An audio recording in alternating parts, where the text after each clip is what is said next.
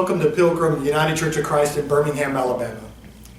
In ordinary times, my congregation would hear, whoever you are, wherever you are on life's journey, you're welcome here.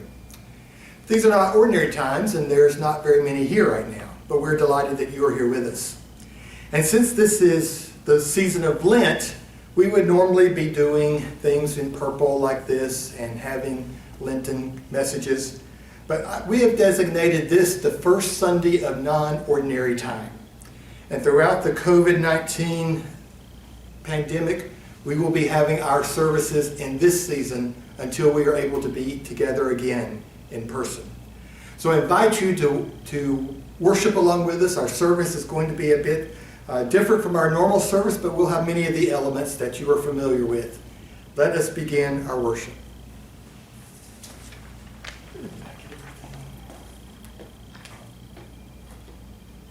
God is still speaking through Madeline Lingle in A Circle of Quiet. There's a lovely Talmudic story that when the children of Israel reached the Red Sea and Moses struck his staff on the shore, the waters of the sea did not part to let them through. The Israelites stood there at the edge of the water and nothing happened until one of them plunged in. Then the waters rolled back.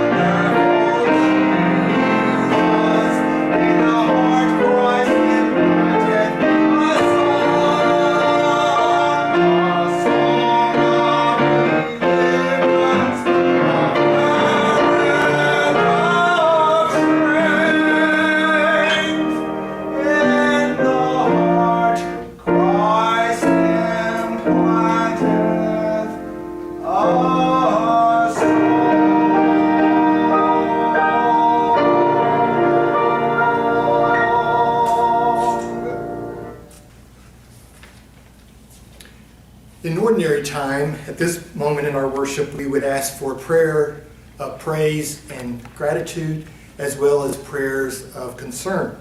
But since we don't have any of those this morning, and I invite you to send them in for coming weeks so that we may do that as well, this morning I'm going to share with you a prayer for a pandemic. This is by Cameron Wiggins Bellum.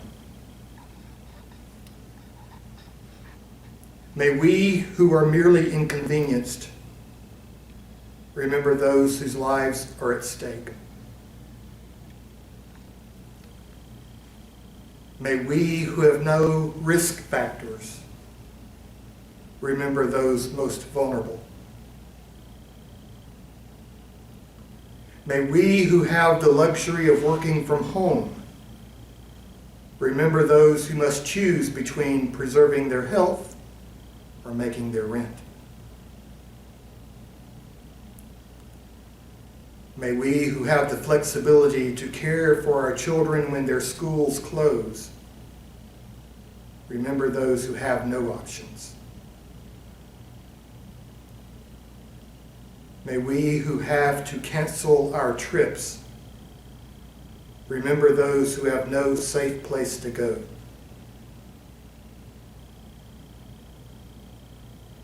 May we who are losing our margin money in the tumult of the economic market remember those who have no margin at all.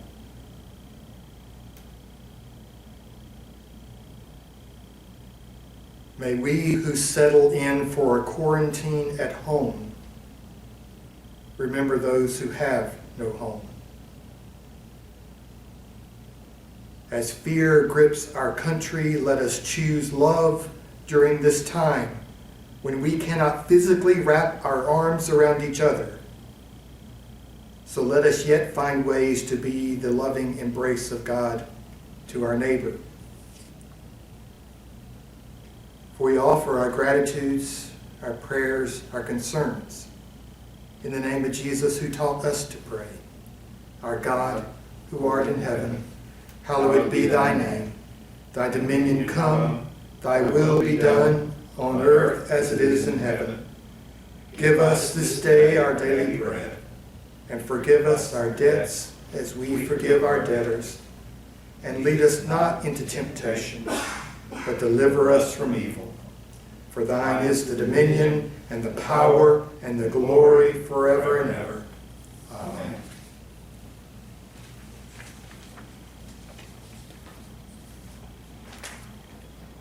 Let us offer our reverence for the word from God found in the 5th chapter of Ephesians. For you were once darkness, but now you are light in God. Live as children of light, for the fruit of the light consists in all goodness, righteousness, and truth. And find out what pleases God. Have nothing to do with the fruitless deeds of darkness, but rather expose them. It is shameful even to mention what the disobedient do in secret, but everything is exposed by the light becomes visible, and everything that is illuminated becomes a light. That is why it is said, "Wake up, sleeper, rise from the dead, and Christ will shine on you." Listen for the word from God. Thanks be to God. Praise God from whom all blessings flow. Praise God, all creatures here below. Praise God for all that love has done. Creator, Christ, and Spirit one. Amen.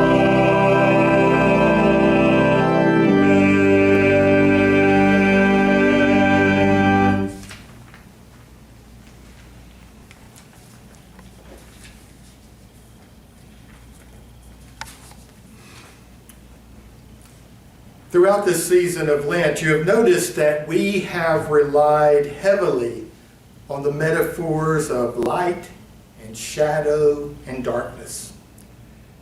These are metaphors of illumination, not pigmentation. But it is important to acknowledge that even when we use these metaphors in appropriate ways, the stain of ancient bias can still cling to them. That is one of the reasons we have been intentional this Lenten season to link these metaphors. May shadow reveal our light. May the light shine in the darkness. The aspects of our lives that tend to block the light of God's grace often offer us greatest insight into what is happening in our spirits. So just as light is essential to spiritual health as people of faith, so too are our shadows. If we pretend that they are not there, then they become powerfully influential in our thinking, our perception, our decisions, our attitudes, even without our consent. You see, once we acknowledge the shadows that cling to our lives, then we regain the ability to diminish their power to control.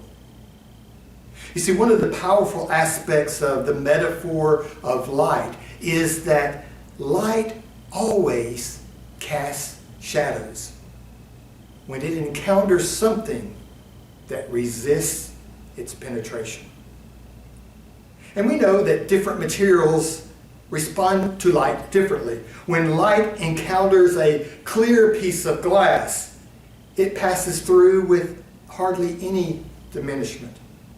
When light encounters a prism, it's broken into a rainbow of colors and beauty. And when light encounters solid resistance, it casts shadows. Shadows would not exist without the light's presence. Shadows mark where we are resisting light, so that we can then recognize those moments and address them. Shadows give us a clue where we must resist the entities and the realities of our lives that continue to cast shadows, both personally and collectively. So in this reading from Ephesians, shadow is a double-pronged metaphor. It tells us where we are blocking God's healing light in our own lives, and it reveals where we as a society, as a culture, have healing ministry to do in our world. That is why Ephesians calls us to be children of light. Another way to say this is that when we are instruments of God's grace in our world, we are being light. We are embodying light. And that, therefore, we can welcome the awareness of shadow. You see, the epistle to the Ephesians is the only place I have found in the Bible that speaks of this relationship in exactly this way. I mean, other parts of the Bible mention how light dispels darkness, but Ephesians alone says that light reveals shadow, which exposes where we are resisting the light. It is a subtle but important use of the metaphor of our Lenten journey, and a metaphor for our non-ordinary journey. You know, here at Pilgrim, we have a variety of groups that use our space for meetings and for information and for sustenance and for helping each other cope with whatever is happening in our lives. And a couple of those meetings deal around the issue of race. We have both a Racist Anonymous group that meets on Friday nights, and we have a white privilege group that meets ever so often in our building. And at both of those kinds of groups, one of the things that often happens is that those of us who participate in these groups will say something like, "My name is Paul, and I am a racist." And I found myself at these meetings realizing that I'm resisting claiming that truth for myself. You see, I want to believe that God's grace has illuminated my life so that I can release those ancient prejudices and animi that cling to all of us. And even though I believe I've made great strides in ridding my life of racist assumptions, I am still stained by racism. I can pretend otherwise, but my shadows are not revealing that a light is shining on them if I take that approach. One of the things I have learned from my own sense of personal shadow is how they have more to teach me than simple personal animus. You see, so often we pretend that our shadows don't exist when we say, oh, I have a friend who is a person of a different race, or I am friendly with people of all races. I welcome everyone. But that is not dealing really with the biggest shadow that light is revealing to us. You see, shadows reveal how light is denied more dangerously on a far greater scale than simply personal. You see, I participate in a culture that perpetuates slavery by the way our judicial system targets some and privileges others. I benefit from that system, so I am a racist. I participate in a culture that perpetuates the idea that men are more valuable than women. I benefit from that system, so I am a sexist. I participate in a culture that values heterosexuality as more valuable than queer people. Personal closets don't protect from the stain of heterosexism. You see, when I benefit from that system, I am homophobic, even as a gay man. All of us are here because we want to be in recovery from the stains and the shadows of our world. All of us are part of congregations like Pilgrim that want to change those shadows into opportunities to gain more light. And yet all of us bear the scars that come from those shadows. When I am willing to show you mine, you will be freed up to reveal your own. You know, the brilliant Henry Nouwen called it being wounded healers.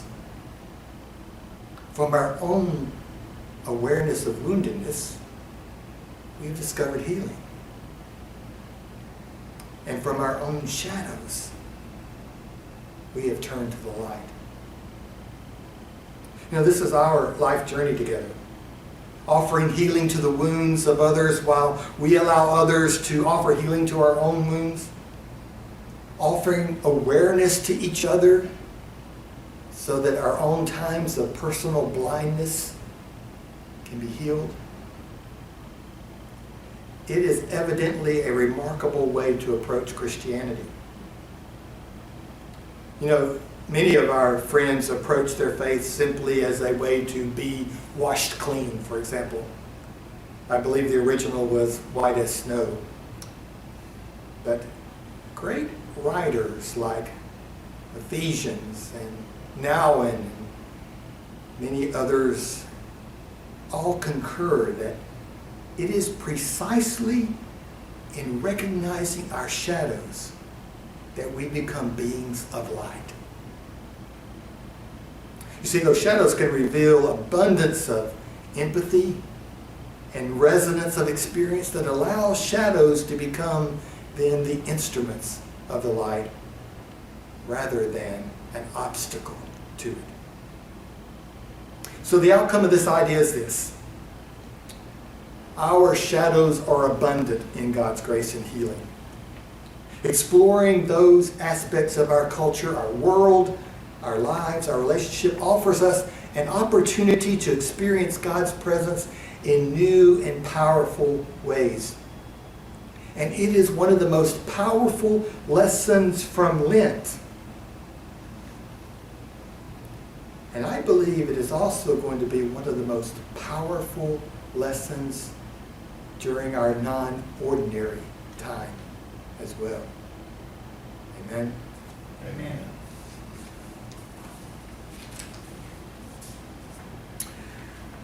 Thank you for joining us today. I hope these moments have been helpful. We are still a work in progress learning how to do this new way of being in non-ordinary time. And so, I welcome your feedback.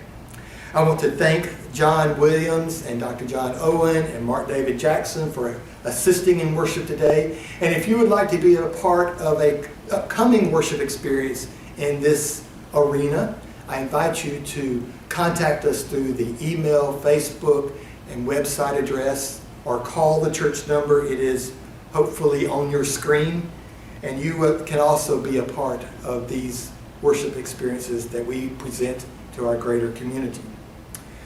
A few announcements before we go, and that is that the United Church Center that hosts both Pilgrim Church and Covenant Community Church is currently at stage 4 of our COVID-19 protocols. That means that there are no gatherings happening in our building that are over 10 people. And so that means most activities in person now are being curtailed. But we want to maintain our opportunity of communion and community through these kinds of opportunities that we're sharing online. As a result of what is going on in our world, it is likely that we will continue our non-ordinary season for the foreseeable future, including past our Holy Week and Easter time. So just be aware of that. We want to make sure that during this time that we continue to maintain contact with each other. So there are a variety of ways to do that. One is that we produce a monthly newsletter called Pilgrim Progress, and you can submit articles or prayers or poems or anything you'd like to share with others. Send those to the church office by Tuesday of next week. I believe that will be March 25th or 24th. The correct date will be on your screen. Also, if you want to give your offerings to Pilgrim, you remember there are a lot of ways to do that. You can mail your offerings into the mailbox. You can send them via our website. There's an electronic version there. You can also do it by PayPal and other forms that are available to you. If you have any questions about that, please contact me at the church office. I am in the church office Monday through Thursdays from 9 until 4. The church number is area code 205-731-0999. And my personal email address where you can always contact me is peknestucker@gmail.com. Thank you for being with us today, and I look forward to seeing you in our next Sunday of Non-Ordinary Time.